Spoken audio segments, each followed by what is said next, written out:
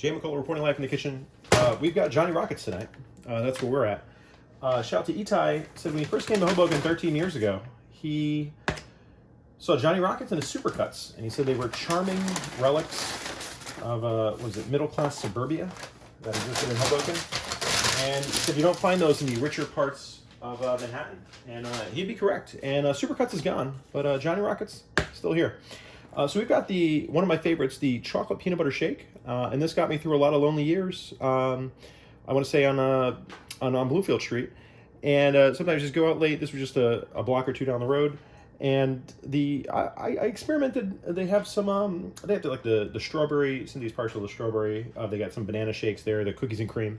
But the chocolate peanut butter, and I believe they sometimes also have the Reese's peanut butter cups. But with the chocolate peanut butter, this is Hershey's chocolate and peanut butter. The first thing I had to replace here just was the straw. This is what they're giving you, and it's really not the correct gauge that you want for a milkshake. So really, they could take a tap. If they're going to do disposable, I mean, the bubble tea places have no problem getting larger straws. But we've got the metal one here. We do. I don't know if we have a larger gauge, but just the fact that it's metal, it's not going to collapse in on itself. This is a much more efficient delivery mechanism for this shake. And it does work the lips a little bit, so you're going to get some mouth, I want to say some cheek. You're going to get some cheek exercises there, get some gains. But as they say, if it's every day is leg day, well, today is cheek day. So with the Johnny Rocket shake, I did get some whipped cream in there, and you can kind of see that. And it's a good whipped cream. I don't know if they make it themselves. Maybe it comes out of they probably have one of those, it was like NO tanks, and it's done on demand. So probably whipped cream, like a whip it kind of a situation there. And some lady walked in, I'm standing there, and she walks in, do you guys have soup? They don't have soup. It's Johnny Rockets. I don't know if maybe she didn't know what Johnny Rockets was about, but it's not about soup. And maybe a little nice if they had the soup and stuff, but it would kind of really disrupt the kitchen's really not prepared to have a big pot of soup there. Maybe some chili. They could have done chili, and maybe that was, the manager could have pivoted and suggested some chili. What we got here is, just went in for the milkshake, and then something else stood out to me. They had a seasonal menu, and this was, they had a jalapeno popper burger, I want to say. Maybe it was jalapeno poppers on a burger, but this is just jalapeno poppers. And I don't know what this stuff is. This could be ranch, and I never really respected ranch as a condiment. I'm more of a blue cheese. I still need to try ranch with some hot wings, because I know a lot of people do that. But I think I just grew up, I never had really good homemade ranch. So my understanding of ranch was like Hidden Valley ranch dressing, which is just kind of never resonated with me. I think it's actually quite disgusting. Also, like Miracle Whip, could never got on board with that. Margarine, I can't believe it's not butter. Yes, I can believe it's not butter. It is. It's not butter. But these, if you're wondering, I did put these in the toaster oven, and just these two though, because we are staging here. So this one is pretty warm, but we're actually going to compare them and see. I toasted up a little bit, and we'll try one of the original and see how good they stayed. So this one I'm going to go in clean with no dip yet. Oh, okay. Woo. That is hot. They definitely heated up there, and you did get the explosion there. In this case, so some jalapeno poppers do have a good binding, I want to say, between the jalapeno and the breading. You're not getting that here, so you're getting a wet jalapeno just coming right out at you. Well, it just tells me these are probably frozen, and they're frying them up in deep fried in advance, but this is not a homemade jalapeno popper. Maybe that's not what you're going for at Johnny Rockets. You're going to Johnny Rockets, you're not expecting to get this. But if you're a place in town and you could do homemade jalapeno poppers that don't have this situation, if we could have, I like to make jalapeno stuffed with, wrapped in bacon, stuffed with cream cheese. It's another thing. Those are called poppers. I think it was either Smitten Kitchen or maybe Serious Eats. But it's not a deep frying at home unless you're Mike Bianchi and you're going to buy a little deep fryer and leave it at your mom's house, is not accessible to most people. And then with Hoboken, so many of the apartments just don't have a proper exhaust vent over the stove. So you really want to do this in a proper commercial kitchen. Or maybe that's why people get brownstones, just so they can get vented ranges. And those little things that like fill up the water bottles, they come out of the wall, so you have to carry your pot over the sink. That's luxury, folks. Billionaires buying up entire blocks and just turning it into their own cozy clubhouse and or suburban home with a lawn. You don't see a lot of that in Hoboken, probably for zoning reasons. But I'm curious. I'd much rather have that than a penthouse. But also, I wouldn't spend $50 million on housing. That's I'll tell you that much. Just like Warren Buffett going in and complaining about the price of food for his morning biscuit, but I think it's actually McDonald's. So things, just because you could spend $4 on Yuki's coffee doesn't mean that it's an appealing proposition when you know that a cup of black coffee should probably be $2.50, and because you're going to probably do the dollar tip because that's what $1, $2, $3. So they're giving you the choices for, and you're not going to go through the percentage menus. Anyway, so we've had a moment. Let's get some of the likely ranch dressing on here. And we'll do some of that. Let's see how this changes things. I do think it's a ranch. I do kind of taste the buttermilk. What's the deal with buttermilk? Apparently, if you're cooking, you don't have buttermilk. Just mix some vinegar and milk. But we actually, this is a rare opportunity. We are in the presence of buttermilk here. And I've never actually had this stuff directly. We actually made some jalapeno cheddar biscuits because I made some chili, which everyone we've shared it with so far has been pretty good. It's maybe we'll repeat the recipe for a soup swap. It's not my it was the first time using this recipe, and I really got to start keeping track of recipes. And I think there's no problem on duplicating recipes and syndicating them with your own commentary, because the state of recipe websites right now, with everyone's got their own blog, and it's just like you got to scroll endlessly past the life story just to get to the recipe. Put the recipe up top, put the life story on the bottom. That's what people really want. Because sometimes you just, you can't fake it on the New York Times on your phone, and so you're not going to be able to get the New York Times recipe. And you should have just printed that out to begin with, and kudos again to Aunt Michelle for just keeping printed recipes, because you lose track of these things. And if you get a really good one, you want to remember it. Okay, so we got buttermilk, and it's cultured. It's light, 50% less fat, 20% fewer calories. I didn't really care about that, 1.5% milk fat. This was the only buttermilk that Acme had.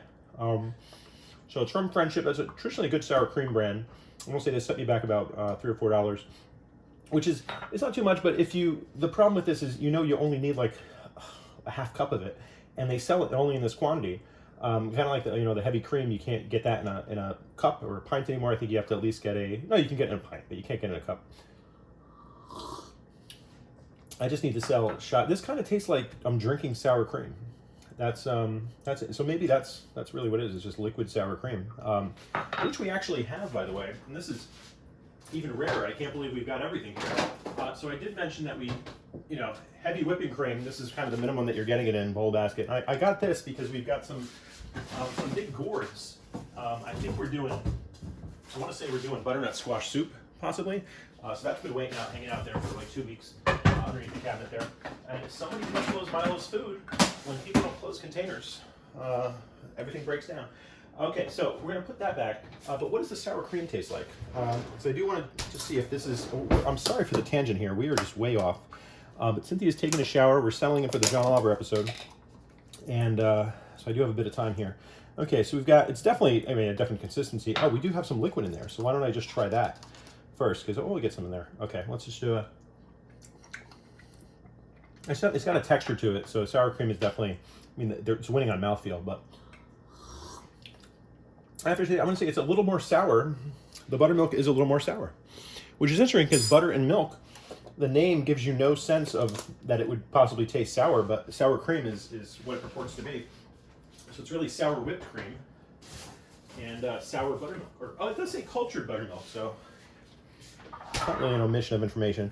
Anyway, so this is delicious. And if you were wondering, hey, Jeremy, didn't you also have McDonald's tonight? You're darn right we did. And... got right over here. I'm gonna leave you hanging. We do have, let's get the bell in there. There we go. We do got the leftover McNuggets, which do heat up nicely. If you're having them the same night, the fries are not gonna heat up. The McDonald's menu, depending if you're using, I wanna say that the mobile app, or if you're ordering in, this is gonna cost you anywhere from $5 to $10. And it's absolutely ridiculous. And you really, the whole experience makes you feel like a sap if you're not using the app. But then sometimes there are those 2 for $4 breakfast sandwiches deals that you only see in the store. So it's very strange. I don't know about McDonald's marketing, but they're definitely taking advantage of you when there's no deal on fries and you're getting these for $5, but the medium fry is $3.99. And potatoes shouldn't cost that much. And that's even worse kind of than, I want to say, the Yuki's $4 drip coffee. I'd rather have Yuki's coffee than McDonald's. No, I'd rather eat the fries, but which one do I think is more ridiculously price gouging? I'm going to say it's the McDonald's, because I know how much it costs McDonald's to make these things. And maybe they need some loss leaders, and that's how this is going. I don't know. I'm not Costco, but if Costco can keep selling chickens for $4.99 and just charge you an annual membership, maybe that's McDonald's needs an annual membership and just give it back to $1 menu. Maybe that's what it needs, a $1 menu on a membership subscription basis. Anyway, so we've got here is just the regular, and they used to come in shapes. So that's the showers going, because we're told a little piping here. We got the round ones, This one is kind of like some U.S. state. I don't know. I'm not very good at geography. The diamond guy, or this is usually a round thing with a little nub on top. Different than this one, though. This one is kind of like the foot. And I guess I thought there used to be more than, and maybe this is just the oval. The oval one kind of looks like an old hash brown. So I guess 4 shapes it is. And there used to be, I guess it was like one of these was like better meat. It's all the same meat. They just make different shapes. I'm curious if anyone has a lead on what the manufacturing specifications are. Do these actually have official names from McDonald's? I'd be curious to know if there are official names for the different shapes of the nuggets. Clean up nicely. And we recently had Bell and Evans frozen chicken nuggets. So all white meat. And that, like, for the same price, you can get those from, I've talked about this before. Go to Acme in the frozen food, you can get some high-end frozen food for about the same price as you're getting from the local stores. So there's conceivably a better frozen jalapeno popper, but this is good because you're going to put it in a deep fryer. So it's really just supply chain. But these homemade would be really delicious. I might have to whisper that into your ear to see what you can come up with. This is a special blend. You might say this is this looks like sweet and sour sauce, but you'd be mistaken. Emma, actually, this is a homemade concoction. She mixed this up with some ketchup, so it's actually ketchup and sour, sweet and sour sauce. Look, admittedly heavier on the sweet and sour. And then lastly, sneak peek at next week. Tomorrow is Multicultural Day, Multicultural Week, and there's a family, family potluck for the pre-K class. And, some of the parents that signed up, they got cookies, like Ruglax and stuff, and there were some sign-ups for entrees and appetizers. And I was thinking, not enough people are doing the entrees and appetizers. This is leaning sweet, which I think is a temptation both as a parent, as a kid. It's easy to stop by a bakery maybe, or you just make something the night before. But it's going to take effort to really pull off a nice savory dish. And so I'm excited. There's some egg dumplings coming up tomorrow. There is some spaghetti and meatballs, but I want to see what that mom can do with that. And there's also going to be, I believe, maybe a biryani dish. Don't quote me on that. But it was originally going to be stuffed mushrooms. I'm going to save those for Itai's house. We're doing some Cuban, not Cuban food. Cubing as in like cubing the magic cards thing. And just very nerdy. Nerd alert. And we're back here with the Yebrets. And this is going to be an entree. This is stuffed grape leaves I grew up with. Every Syrian family, I want to say, in the Passaic County had grapevines in their backyard if they could. And you're just rolling these bad boys. We had a pack from Aunt Michelle's in the freezer. I want to say probably maybe 100 skins in there. And you just kind of lay them out. A little lamb and rice mixture, throw in some of the bahar and the deta. And this is Grandpa's recipe. I've got Grandpa's cookbook with it over here. Wait 1 second. It's coming back. I haven't lost it. I haven't forgotten about it. Jmiko's cookbook. Right here. We're going to get this on camera. Family recipes. If there's a fire in the house, I'll probably take I'll take the family, maybe the dog. Definitely get the cookbook. And I really should scan this and just put it online because it's there's no reason to just have this as this one copy. But Aunt Michelle does have another one, of course. So Jmiko's cookbook, and we've got the Syrian section here. We got Syrians, meats, poultries, potatoes, rice, veggies, soups and stews, salads, pasta sauce. We got fattoush. That kind of belongs in the Syrian section. I don't know. Maybe that was taken out. Oh, it's in the salad section. I don't know. Some of these are just really old text here. The kind of like old people handwriting from like the early 1900s, where you're like this, like people used to be able to read this. Now I don't know. It's like you ever see a letter from like that? This stuff. I mean, what is this? This is like when they teach you to do cursive as a kid. No one's doing cursive now anyway. Anyway, Syrian. Here's the Yebret. 1.5 pounds of ground lamb, a cup of rice. If this is my recipe website, we're putting this right at the top here. 1.5 teaspoons of salt, a smidge of black pepper, less than 1/8 teaspoon. 1/2 teaspoon of bahar, which is allspice, and then 3/4 teaspoon of deta, which is a 7 spices. There's some debate about that.